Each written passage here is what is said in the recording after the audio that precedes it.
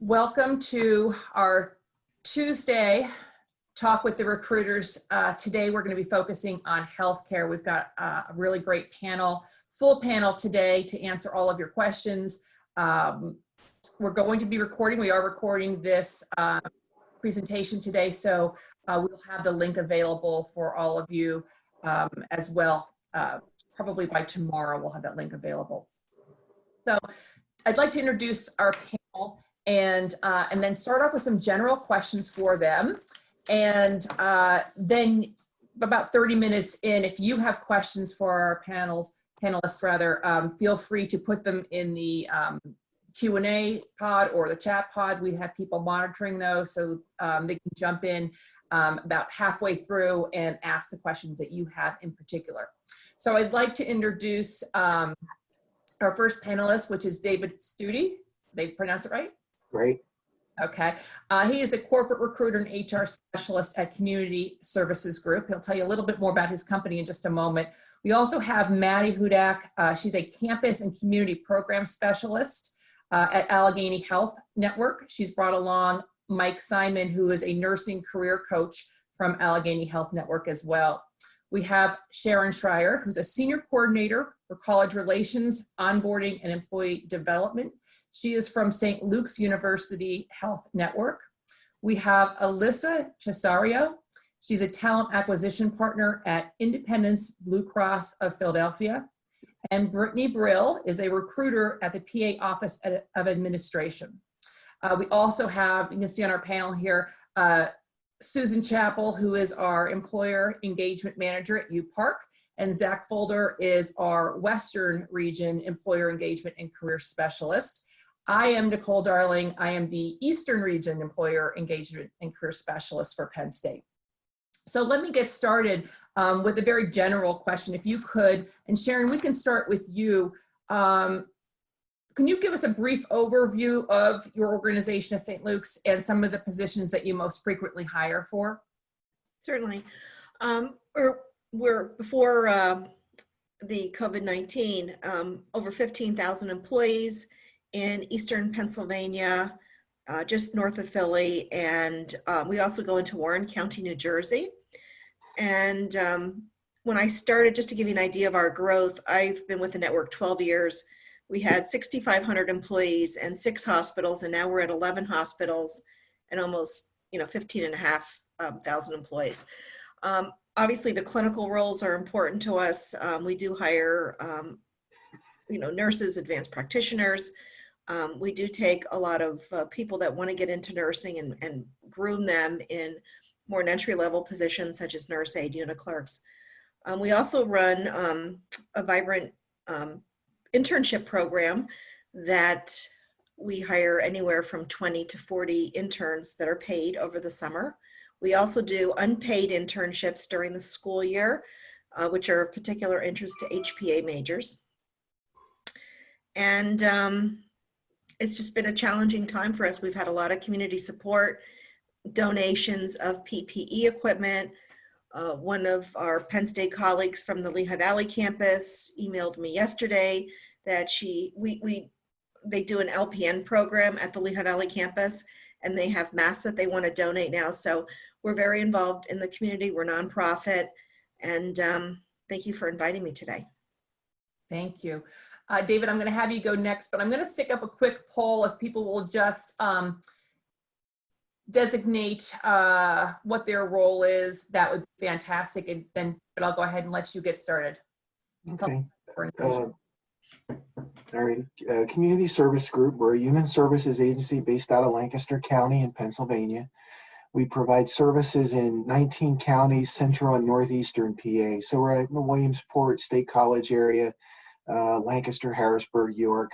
We go up into the Lehigh Valley. We're also in Schuylkill County and kind of up along the Susquehanna River in those areas.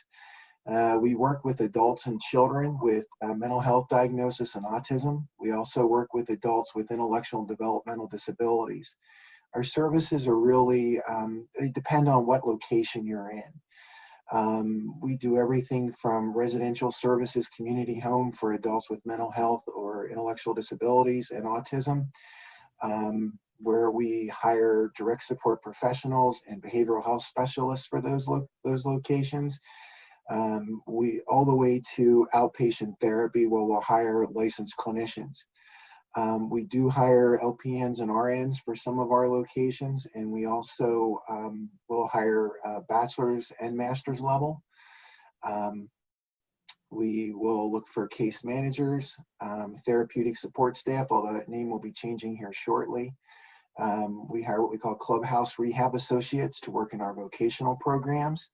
We also have psych rehab associates, and right now we do have adoption and permanency and foster care as well. So we kind of run a large gambit of different folks we'll hire, but a lot of times we're looking for folks with social work, psychology, HDFS for our Penn State folks here, anthropology, sociology, and we have a master's level clinical psych, social work, things like that. So a little bit of everything.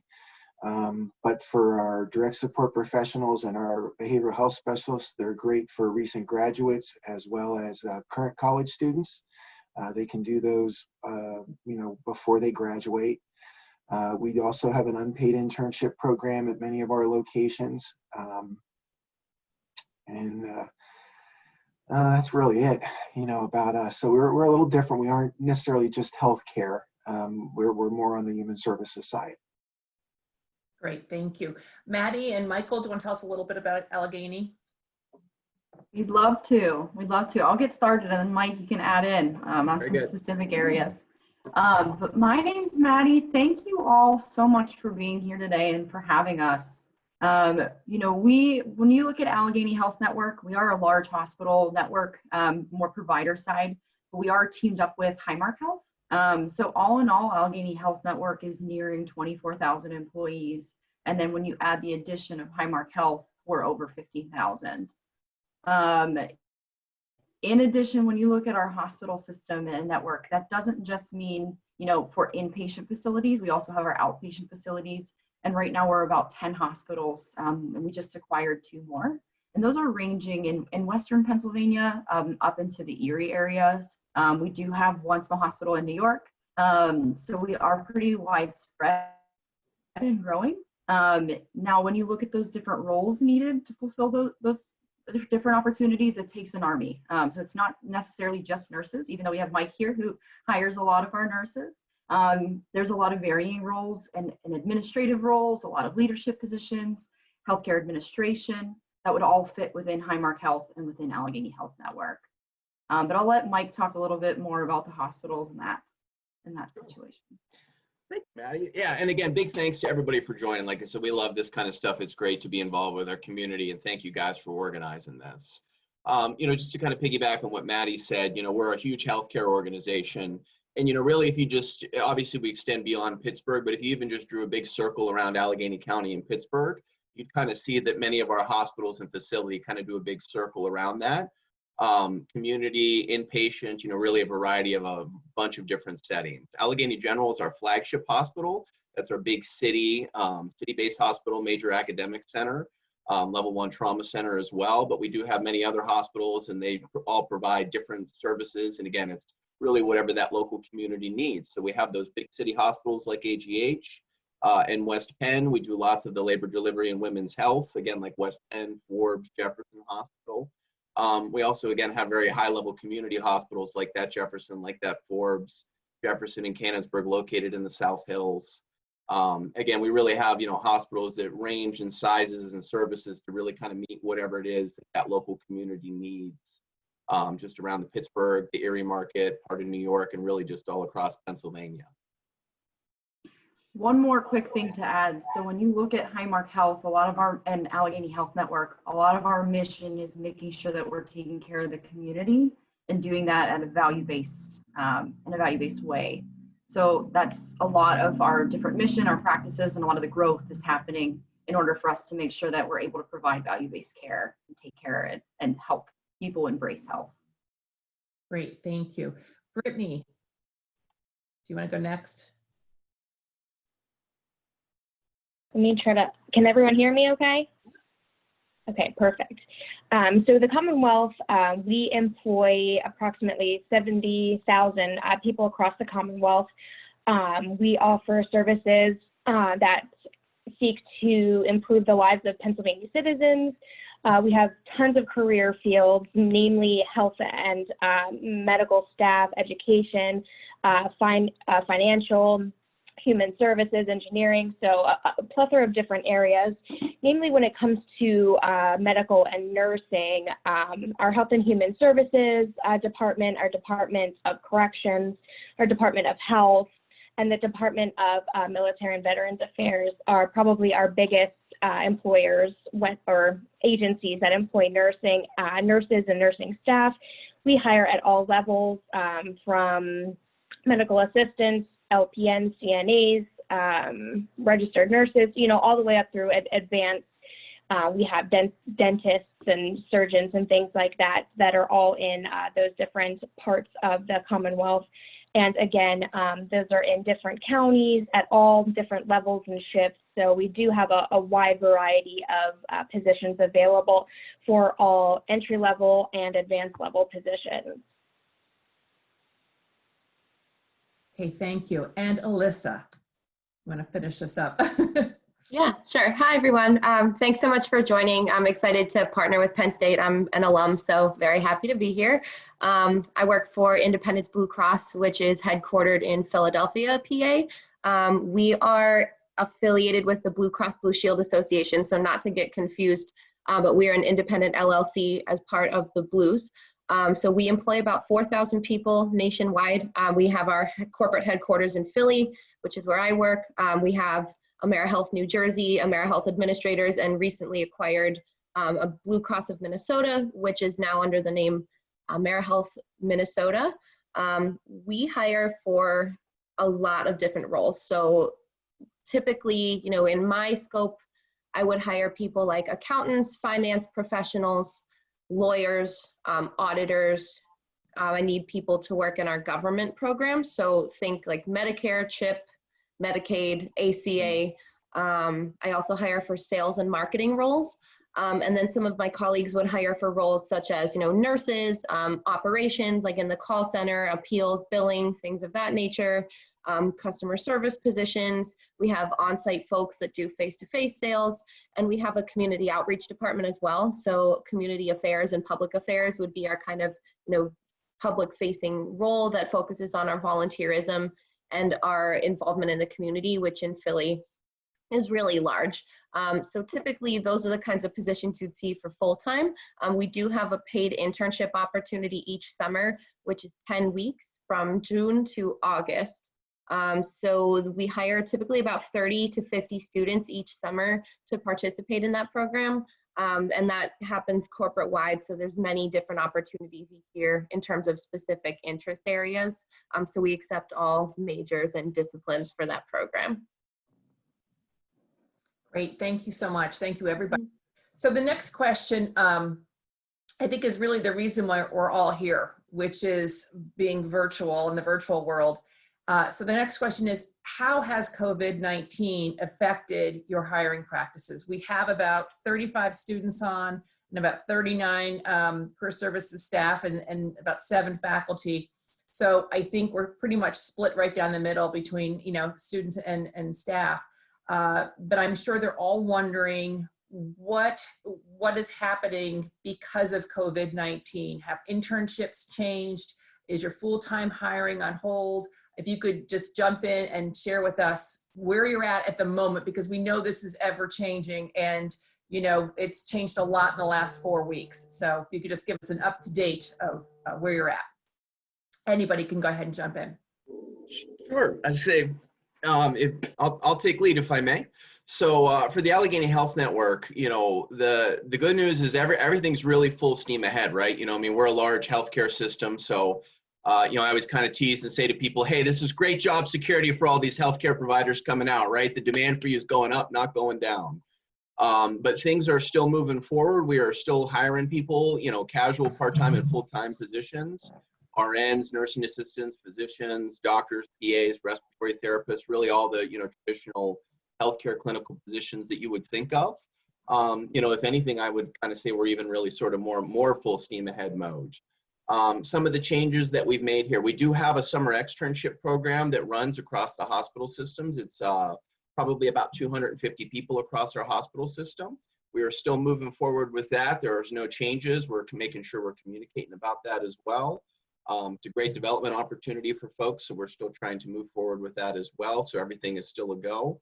Some of the changes we've made is for Allegheny Health Network is we're giving you the option of you want to wait for the state to pass your NCLEX exam and get that scheduled. And obviously folks aren't quite sure how the state is going to react month to month. And I think they're taking it month to month here in terms of scheduling test dates for the NCLEX exams. We're also offering the option for folks to come in on a temporary practice permit if that's easier for you or if that's preferred and you want to kind of get in there sooner versus later. So we've just changed that. That's been a big change for AHN. The last 2 years we have not done that, but again, we wanted to make sure we were getting folks in here sooner versus later if that's what they're interested in.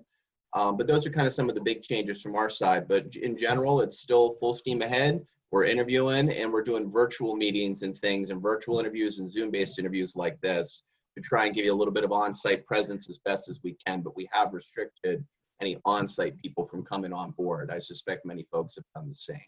But that's kind of a snapshot of what AHN system has done.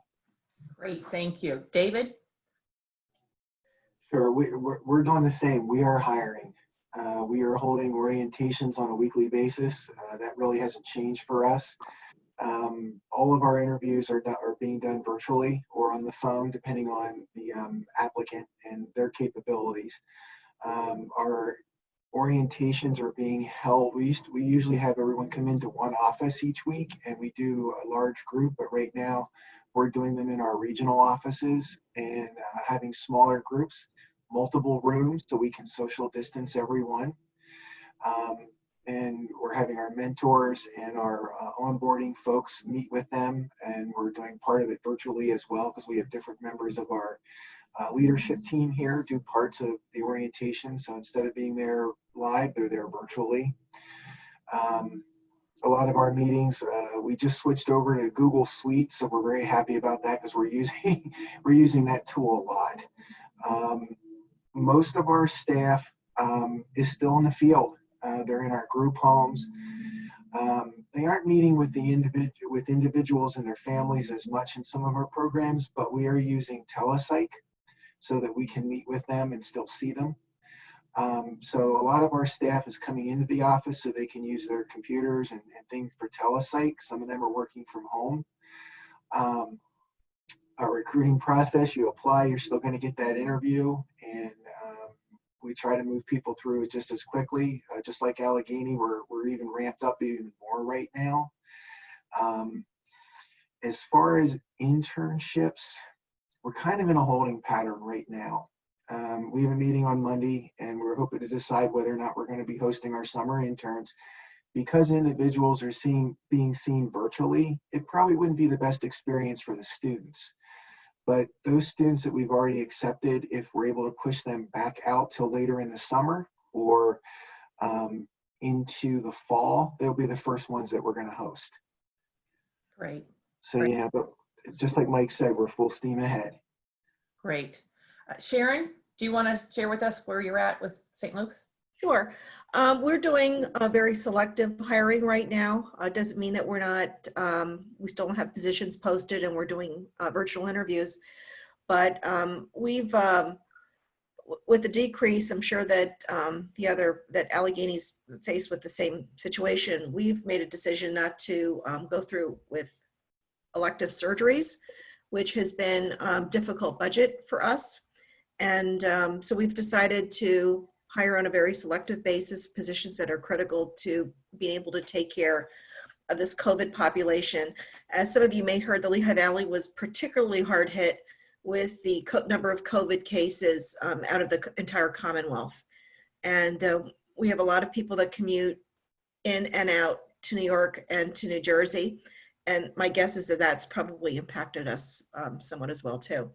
We've, this is public knowledge, we've gone to a job sharing system and keeping people at full benefits during this time. So as opposed to some hospitals in our area that have laid off hundreds and hundreds of people, we've decided to go to a job sharing approach so that people can keep their jobs, still collect unemployment. I'm actually running a labor pool that we're trying to place people into other jobs. And as far as our internship program goes, we've decided to postpone that for this summer. We hope that next year we'll be able to bring it back again, but everybody's attention right now is focused on stopping the spread and taking care of the patients that come through our doors. Great, thanks, Sharon. Alyssa. Sure. So for us, we are still hiring.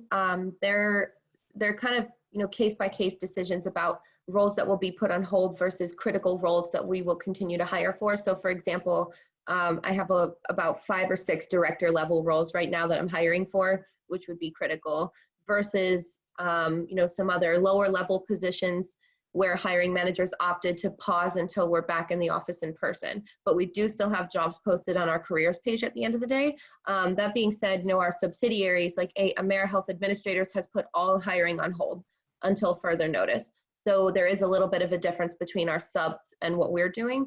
But in terms of our internship program, we put out offers in February. So we had students accept, so we understand that, but we also understand the situation at hand and what is the best approach. So we're still in talks about what we're gonna do. I think that they want to at least try to do something, even if we have to postpone it. So we're examining virtual options right now. But that's still kind of up in the air, unfortunately. But for the most part, for hiring as a whole, for jobs that are still in place, we're going full steam ahead as well. So we have Skype for Business platform. So we've been using that for virtual interviews. And where that's not available, we've been doing it over the phone. And we're also onboarding people virtually. So we made the decision several weeks ago to vacate the building entirely. So 100% of the company is remote right now. So we are onboarding people from their home computers and setting them up virtually, and then sending out laptops a couple weeks after they start so they can get on our network. But we're still kind of figuring that out a little bit. It's been a little bit of a challenge, but we had one successful class so far, so we're pushing ahead. Great. And Brittany, how about you guys? Yeah, so the Commonwealth is a bit unique in that we are accountable to the citizens as an employer. So due to the loss of revenue that we're receiving right now, we had to make the decision to go on a hiring freeze. So with that being said, there are several agencies that are allowed to file for exemptions to that hiring freeze, most of those being the medical positions, as those are generally harder to fill positions, and obviously they are really prevalent right now. So the Department of Health, Military and Veterans Affairs, the Department of Corrections, they all have the ability to fill their nursing positions at all levels. We have taken it upon ourselves to do a lot of virtual both advertising and doing career fairs. We have a career fair coming up. I believe I just wrote it down. It's April 23rd from 10 a.m. to 6 p.m. We have flyers that we'll be distributing to several contact lists. I can send that over to anyone who's interested as well, but that is going to be virtually through Reddit, actually. It's really easy to create an account. People can go in and then they can chat individually with recruiters. We have a couple of people from the actual agency that are going to be helping out with that as well. So as far as our interns go, I know the Department of Military and Veterans Affairs was looking at implementing a trainee/intern program for nurses. That's put on hold right now, as those aren't seen as those emergency type positions, but that is something that that agency specifically is looking at implementing, which hopefully when the dust settles, we'll be really excited to implement that. And back to that job fair, so I can mention, it's our Southeastern Veterans Center, which is down in the Philadelphia area. Okay, great. We're going to start taking some questions. I have one more question, but I'll let people start typing in any questions they may have for our panel. And while you're doing that, my question is since we're moving towards a more virtual world, what advice would you have for a student who's beginning the hiring process or interviewing process, I should say, excuse me, and they're doing it virtually? What advice would you give them as far as virtual interviews, reaching out to recruiters, because they don't have the face-to-face networking? What kind of advice can you give them to sort of move the process forward in a different kind of role? Anybody can jump in. I can start. So just to give a little bit of what I would suggest, I know sometimes in the clinical space, you know, some types of professional networking sites like LinkedIn typically haven't been as prevalent, but it is something that is helpful, at least if you're networking or looking for specific recruiters in which you'd like to connect with or learn more about what opportunities they're currently hiring for, specifically because this is a different time. We're not really certain, just based off of what's on the website, the answers to specific one-off cases. Maybe your situation's a little bit different, or maybe you'd just like to let somebody know that you've applied and that you have a strong interest in that specific place. It's a great avenue to do so.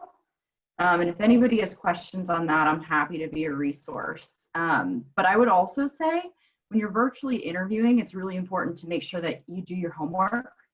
And you do your research, and I think that really helps a candidate stand out to us. We're always hiring holistically.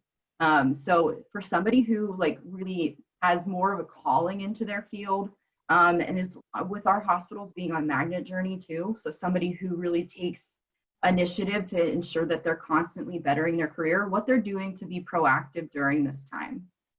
That usually speaks volumes to us, as well as, you know, maybe they're applying to a specific opportunity, kind of being prepared to express why that role is something that can help them progress, and where they're looking to move within the next few years. That's definitely things that we look for. Okay. Anybody else? And I'll tag on here too. You know, I think for a lot of candidates is, you know, sure, everything's moving virtual, but, you know, kind of to echo some of the things Maddie was saying, you know, it's still an interview, right? It's still your opportunity to introduce yourself, talk about why you would be a good fit for that organization, why you're a better selection than, you know, your competition that's out there. I think it's one of those things that maybe it doesn't necessarily change that much, even though the format changes. I also think too, you know, we're looking for folks who are able to be flexible. And obviously, again, this is kind of an unusual time, right? We're looking to see, how are you adapting? How are you flexing to that? You know, all the recruiters and everybody on the call here, even before folks joined, we were kind of starting to talk about that a little bit, just kind of naturally. So, you know, I think just being flexible, learning to adapt with the changes here. And again, obviously it's new and unusual kind of for everybody, but, you know, that's okay. You know, that's something, fortunately, we have the technology to be able to kind of adjust to it. And then wear pants, you know, wear pants while you're interviewing as well, just in case you have to get up or do that. Now, excuse me, guys, I need to step out a minute. Sure. You know, just teasing. Yeah, see if we have pants. Yeah, see if we have pants on. Yeah. No, I agree. I mean, you do need to be presentable. You do need to comb the hair, and I realize hair is going to be much more interesting over the next several weeks. My hair is longer than it's ever been, and it's still really short, so you can see how short I keep it. But, you know, take the time to prepare, like Maddie said, do some research on the company. And I think really handle it like you would a face-to-face interview. Do the follow-up after the interview. Be prepared. Be a little early if you can. I mean, just because they're not on the virtual chat, whatever you're talking on, you know, be there when they show up. I have to admit, I don't normally do interviews on a regular basis. So I have a wonderful team of talent acquisition specialists that do that. So it's been about 10 years since I've done an employment interview. So I may not be the best one to ask, but it's just I really like that be prepared piece, because so many people, well, what do you do in the middle of an interview? And you're like, you've got to be kidding me. You know, what does your company do? Yeah. Thank you. Alyssa, do you want to add anything to that?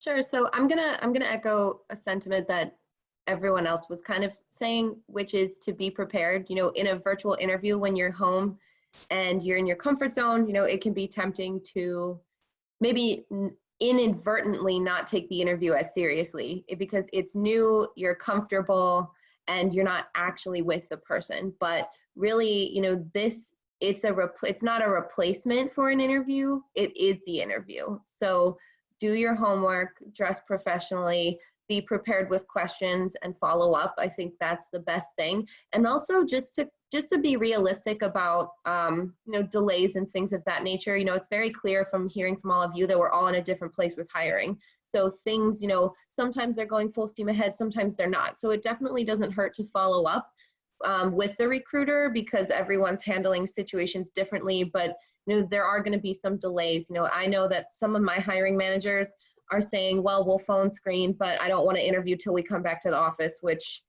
you know, who knows when that'll be, whereas others are moving right along. So just someone else said it, being flexible and being prepared, I think, are the two biggest things.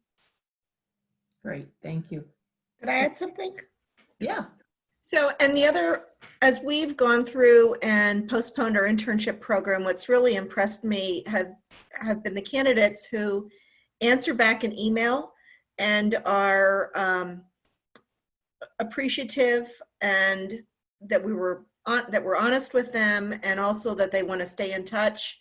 And so if a recruiter reaches out to you, don't not answer them. Make sure that you engage that person, add that person to your contacts list, so that when the situation turns around, that you've got somebody that you can network with and reach out to, because things are going to change. We're not going to be in this situation forever.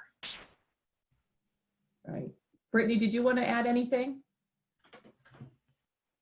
Yeah, absolutely. Just to piggyback off of everyone else, again, the being prepared is probably the most important. Something that I would recommend doing is testing out whatever application it is that you're using for a digital or virtual interview. So whether that being Skype or Zoom, test it out. If they provide you a link, make sure that you're able to connect. Make sure you're in a place that's quiet and comfortable and there's not going to be any distractions, even if that's, you know, going out to your car in the garage. And sometimes that could be a good kind of icebreaker to your interview panel. You know, excuse the car, I wanted to make sure there were no distractions, that I was in a quiet place. You know, again, treating this as a formal, informal interview. Another thing about staying connected virtually online, I know the Commonwealth was a little bit behind in this area, so this whole pandemic has really forced us to build our virtual presence, which is kind of a blessing for us. So most of our recruiters are all on LinkedIn. A lot of our hiring managers are as well. So being able to connect with them there, you know, having a name that you can reach out to when you do have questions is always really important. I know specifically for the Commonwealth, you know, if I don't have a position that I'm specifically recruiting for, I know several other recruiters who I could forward names and contact information onto who may have information on other positions that are available. So keeping recruiters' names and contact information in your back pocket is always really important. Great, thank you. We're going to go to Sue and Zach, who are going to tag team the questions. And Sue, you're going to start with our participant questions. I am. So the first question we got, and some of you answered this, but not all. So I'd like to open it up to those of you who haven't covered the topic of what is the possibility for virtual internships? What does it look like for you guys this summer? And would you be considering them for the fall if necessary? I mean, I know for us, we were not able to offer virtual internships at CSG or Community Services Group, unfortunately. And for St. Luke's, our summer internship program is the only paid summer internship program available at St. Luke's. So we would be unable to offer that during the fall. Virtual would not work for us either. We're a very collaborative organization, and we do a lot of coaching and mentoring and also activities with the interns so that they can network with each other. So that really wouldn't work for us either. I'd like to speak on behalf, since I work on the university relations team. So both AHN, our nurse externship, will still be proceeding forward. And that would be the nurse paired up with their preceptor, which we've completed hiring for. But for the next year, that would start in the fall to apply for the next year's nurse externship. And then for Highmark Health externships or internships, we are still reviewing options with our executive leadership team. That is changing day by day, but we are going to do whatever is in our power to make sure, even if it's not a full internship, there may be some sort of project to complete for school credit. So that is still being reviewed, and I don't want to speak out of term, but it is something that we are considering. We know that it's important to make sure that we're preparing students to take on whatever their journey is heading to. So we're looking at different options virtually.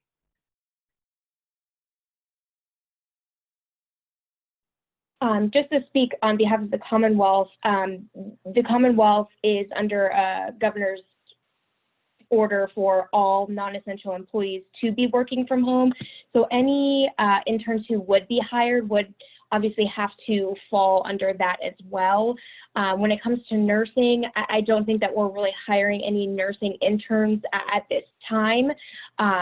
With everything going on, there are temporary positions that are available in some of our veteran centers, as well as with the Department of Corrections. Those, again, would most likely not be virtual either.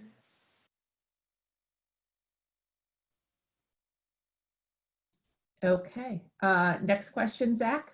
Yeah, awesome. So this one coming from a student. So for our panelists, what would your advice be for a new graduate who has been sending out a lot of applications, networking, building their skill set, but not quite receiving the response they would hope from the applications that they're sending out as they continue through their job search? What would your advice be to someone in that situation?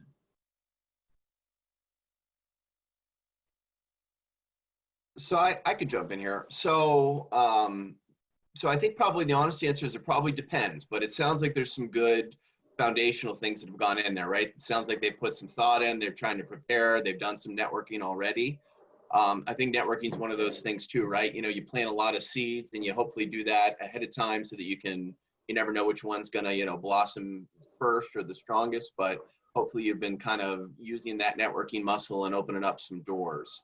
I probably, if they had reached out to me, I probably would be talking with them about maybe where they're aiming at. I know, for instance, in the nursing world, a lot of nursing students are aiming for those really premier areas that are most competitive, like a labor delivery, an ER, one of the ICUs. And again, those are great places. Some of them do hire new nurses. Some of them are a little bit more selective. They want you to have some experience. Most of the time, it's been my experience, though, that I've seen folks when they're having trouble breaking in, perhaps they're aiming for maybe that dream job as their first one. And again, there's nothing wrong with aiming for that. This is your time to look and search. But they might have to start to, consider plan B as they're getting closer to graduation. Again, maybe they're graduating in May. Again, nothing wrong with shooting for that premier job, right out of school, what you're shooting for. And again, this is more of a kind of nurse-specific one. But you might have to readjust what your first expectation is on that first job. And again, I also would follow that up with and say, it's okay if you don't get that dream job right out of school. You probably have a long career in front of you. And maybe that's the second stop for you. And, maybe that first job helps line you up for the second one. So you might just have to readjust what the goal is, just kind of based on the feedback. Again, you might be, trying to punch a little outside your weight there. It also might just be what the market is at that point, right? Maybe a month ago they had opportunities, but they've since been filled. I think probably everybody would echo it's very fast moving, right? The jobs come and go. There's new positions, ones are getting filled. So it might just be even the luck of when you apply, and don't get discouraged by that though, right? No one's going to come knock on your door for the best, for that great opportunity. You got to be knocking on people's doors, putting yourself out there, and just being a good professional, staying in touch, asking for updates. I think those are all some general things you could do. And again, you never know when the right opportunity is going to be there. So don't give up that. Yeah. I agree with Michael. And the other thing I've seen is sometimes applicants flood your website with applications. And that to me just shows that the applicant's really not focused on what they're looking for. We can see in most applicant tracking systems have the ability to show you what other positions the person's applied for or how many. And when I see somebody in there that has 100 applications in within a 2-month period, it makes me really wonder what is it that they're looking for. So be selective. You can aim, like Michael said, and maybe have another realistic job, but don't spread the wall with your resume for lots and lots of different jobs. Yeah, I agree with that. We will see people apply for 10 different positions over like a 3-week period. And if there's someone we want to consider, obviously we'll reach out to them. I think the biggest thing for us is including enough information on your application so that we can consider you. We see a lot of people that don't put a lot of time into the application. They think if they just submit their resume, that will be enough. We will actually follow up to see if you'll complete the rest of the information on your application. We look at 2-stage, and we have a lot of folks that don't bother, so we don't consider them. So, making sure that you include enough detail on your application is definitely helpful for most employers. Not say, please see resume, because we want to see, behind the curtain, we want to see if you can spell. We want to see if you take the time, and when you don't even capitalize your name on your application, or there's misspellings and it's your major, we may not call you at that point. So it's taking the time to fill them out versus flooding. Do the research and see who you really want to work for. And then when you fill out that application, you get the email back saying, hey, we received your application. It's okay 3 or 4 days to give a phone call. You can find numbers out there on most websites in that. And just to double check. We get calls every day from people who've applied, and we do talk to those folks. Great, thank you. Sue, do you have a question? I do. The next question is also a question from a student asking for your advice. What would you recommend for a student who is currently graduating with a Bachelor's of Science, who is interested in entering the medical field, but was going to volunteer at a hospital during the summer to figure out which area of specialty would be best for them?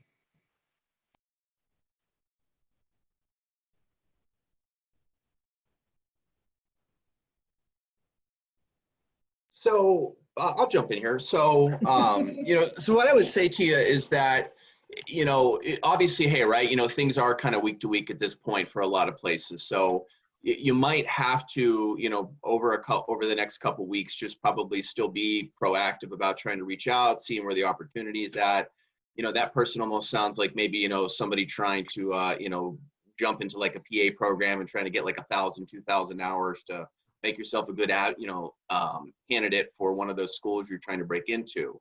So I think that, anybody that's out there 6 months from now, or maybe whenever you're trying to take that next step, whatever it is that you're trying to break into in healthcare, I think trying to just find whatever your local best resources are for that. Maybe there's only one hospital in your area. Maybe there's 20. Maybe there's not a hospital and it would be outpatient or community facilities or, whatever it is. I think that you can get creative. I think you can get the hours somewhere. I think you can get your foot in the door and try and get that volunteer experience. You might just have to be a little bit more persistent. 6 months ago, maybe you just had to make one call or email. Maybe now, you're going to have to give everybody a little bit of time to readjust because volunteer stuff is probably a little down the priority list for a lot of organizations in the next month or so. But, maybe by June or July, it starts to move and they start to open those doors again because, folks they need volunteers. So I think you'll still find your opportunity. You might just have to, again, kind of maybe come up with a plan B or be a little bit flexible on that and just maybe be a little bit more persistent than probably in the past that you had to. And it's not ideal for sure, but I think if you're looking for that opportunity, you're still going to be able to do that. And maybe it's just, again, maybe it's phone call stuff, maybe it's virtual stuff, just even for the sake of trying to get on their radar. So when the doors do open again, that you can, kind of be first in line for it. That's some at least basic thoughts I had. Michael, I'm agreeing with you all day here. And the hospital may not be, I know that in Lehigh Valley, we closed our volunteer doors. It's been, I think, 5 or 6 weeks now. So we're in the thick of this. And what I heard on a local news channel yesterday was that food banks are in particular need of volunteers, that they had a lot of seniors who would help. The food banks are struggling for volunteers right now because many seniors don't want to work. They don't want to risk themselves to exposure. So turn lemons into lemonade and look at what else is affiliated.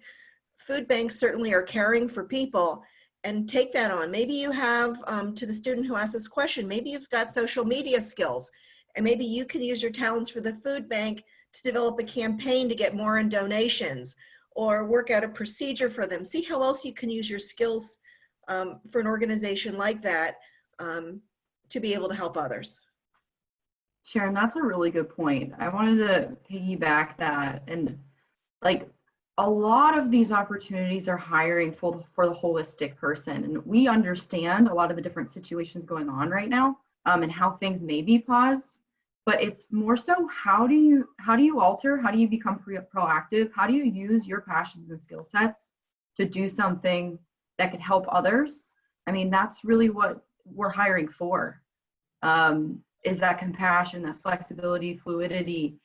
And maybe too, with those networking pieces, if you're not getting responses, I would look to see, because sometimes I get a lot of outreaches saying, hey, Maddie, I applied to this job on the website. And I see that they've already gotten a notification that, maybe that we're not moving forward. I would love if that question was phrased asking, I'm looking for a little bit of advice on where may be a good idea for me next. Is there someone who, maybe you're not hiring for this position, is there someone you could connect me to that could provide me with a little bit of insight on what may be a good opportunity for me at this time? We work together throughout our talent acquisition teams, and even a lot of our managers will know, who are more than willing to help mentor and help give advice on maybe different opportunities that there are. And sometimes it's just asking those additional questions for somebody to become a professional resource for you, versus just giving a transactional, yes, you're moving forward, or no, you're not. I think we more so want to be an advocate and not just answer with a yes or no. Exactly. The resilient. Go ahead, Sharon. I was going to say, the resiliency is something that all of the panelists here have had to come to grips with. If it wasn't maybe one of our strong traits, we've had to develop that over the past 30 days. So if you can show that you have that ability to do that by looking at a plan B or a plan C and tie that in, that's going to be, people are going to love that when the hiring picks up. Right. For the student, if you're truly trying to also determine what area might be your passion, at this point in time, each of our panelists have talked about going ahead and network with people, do informational interviews. You may not be able to volunteer right now, but you can absolutely tap both the Penn State alumni system and then our strong corporate partners here today to just ask questions about what a variety of careers might look like, so that when volunteer positions open up, you might actually have a clearer path that you want to take. Great. Zach, do you have another question? I know we've got quite a few to get through. Yes. So this question here came from a recent graduate who is still in the job market looking for their first position post graduation. So for this individual, they listed some specifics in their question, but the question, generally speaking, is kind of centered around, in this current climate right now, what are some things that recent graduates or soon to be graduates can be doing right now to help themselves stand out more and make themselves more of an attractive candidate to folks such as yourself who are looking to hire?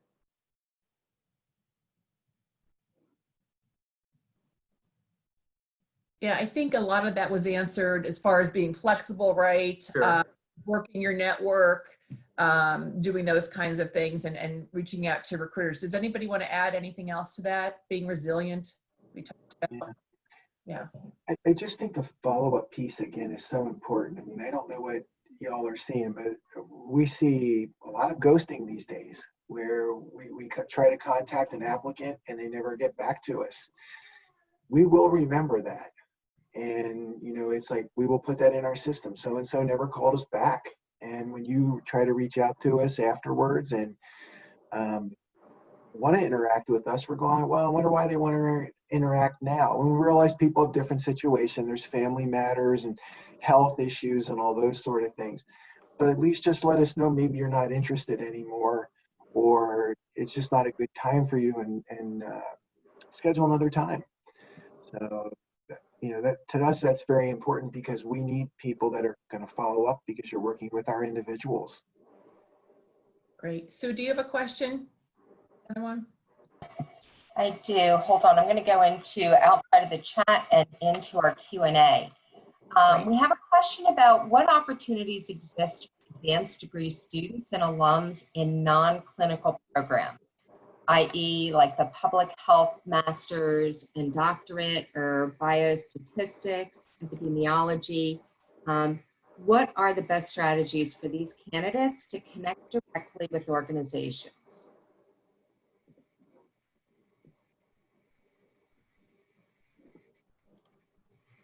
My community health managers really like that internship experience. And most of them are unpaid and for some type of college credit. If the student's graduated already, though, then that presents a different issue.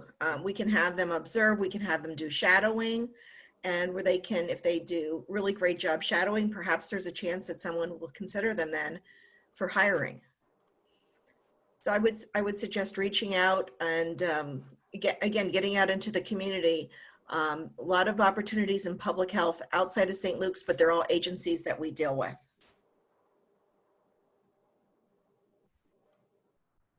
So what I'm hearing, and you guys correct me if I'm wrong, is for students right now who are concerned that they won't have internship opportunities or opportunities to get and sort of do job shadowing, the best thing they can do right now is utilize this time to get involved in other community organizations where it shows that they are trying to, you know, attract some type of experience, whether it's in a food bank or it's in another community venue that can give them those types of experiences. Would you say that's true? They just have to be really sort of entrepreneurial about it and think about it in a creative way.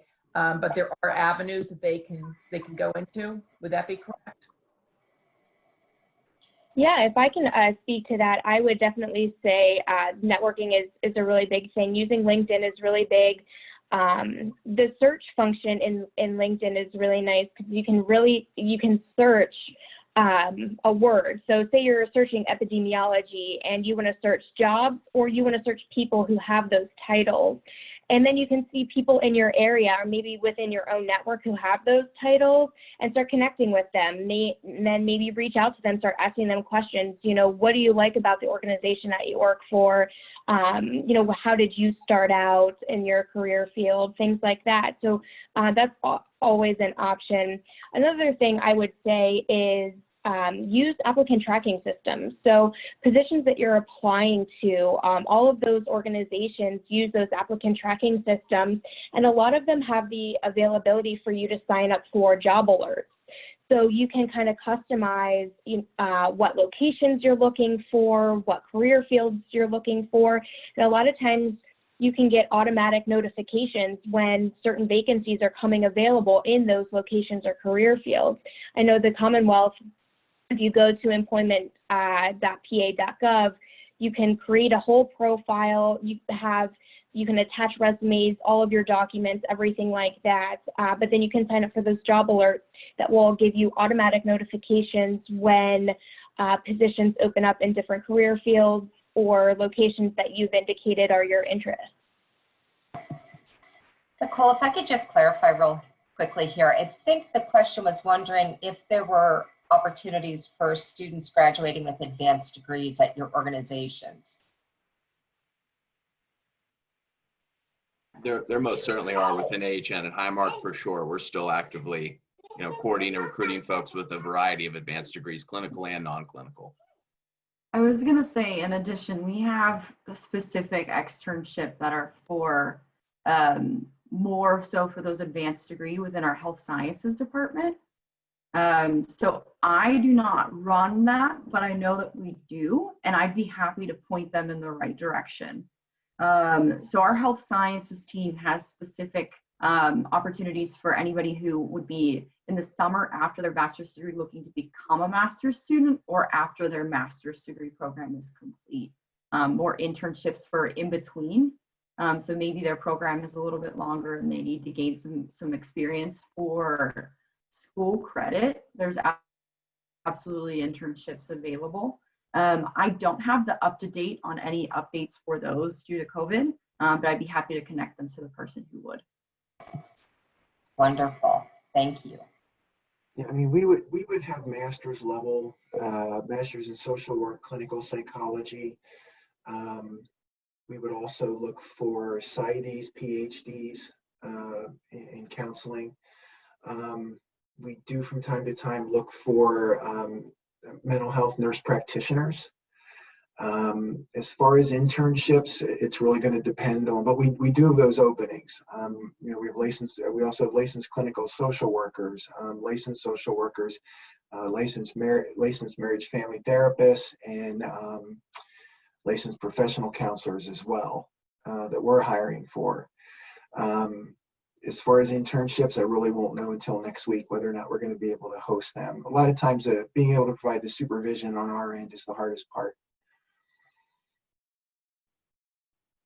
Hey, I think we have time. I'll chime in too. I'm sorry. Oh, I'm sorry. No, go ahead, Alyssa. It's Go all ahead. good.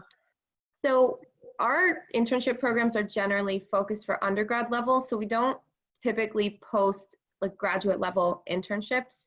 There might be one-off opportunities with certain schools that we partner with, and for the most part, our positions at the individual contributor level don't require a master's degree. So for graduates anyway, I would recommend that you apply for full-time work. We definitely take the degree into consideration. And, in some cases that can stand out as, oh, they don't have enough experience, but they have an MBA. So we can kind of combine the two and into experience that would qualify you for the job. So definitely would encourage you to, as some others said, sign up for job alerts, connect with us on LinkedIn, frequently check the job site because things change quite a bit. But we would consider, those candidates for full-time opportunities more so than the internships. Great, thank you. Zach, do you have one more question for us? I do. We have one more here for open this one up to all the panelists. So once your organizations return to quote unquote normal hiring, what are the educational preparations and key competencies that you think will be most in demand within your companies?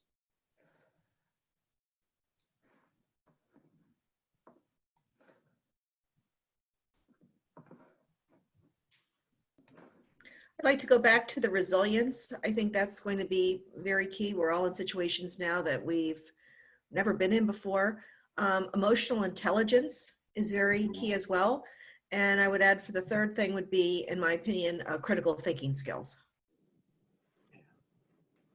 Yeah, I want to second all three of those, and I think a sense of humor as well. We're dealing with people with disabilities.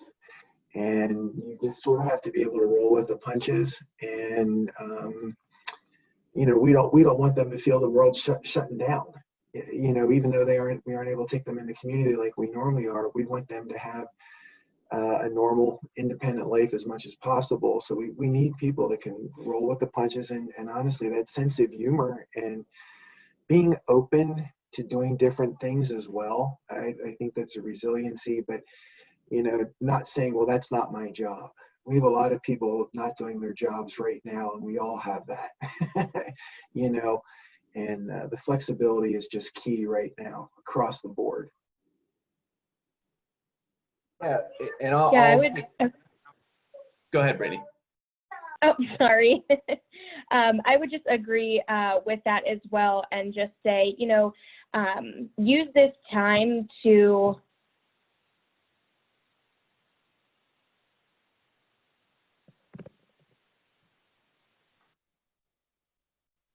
Brittany, we have you muted. For some reason, I'm unmuted. Can everyone hear me? Yep. Okay, sorry. I think I lost connection there then too. But regardless, showing what you did with this time, whether that be taking time to research different companies that you may be interested in, taking this time to network with people, connecting with people on LinkedIn, sending out different applications. If you're connecting with me and you reach out to me and ask me questions about working for the Commonwealth or working for a specific agency, I'm going to remember that. And I'm going to, later on down the line when we do get back to normalcy and we do have those internship opportunities opening back up more frequently, or we do have full-time positions, I'm going to remember those names who reached out to me during this time and were really using this time to network themselves, were showing that flexibility and showing that interest in promoting themselves and being professional. But could I add to that also it doesn't mean that you contact the person every day, that you use some judgment in terms of, how many times are you going to call on the person? Don't email the person every day. Give it a rest so that you're not stalking them. I was going to say, as far as skill sets at the end of this, I think that Sharon and David hit on some really good points, and Brittany. But the number one skills gap is actually soft skills. So somebody, like I know Kiara posted in here about the resources available at PSU. I would echo that 100%.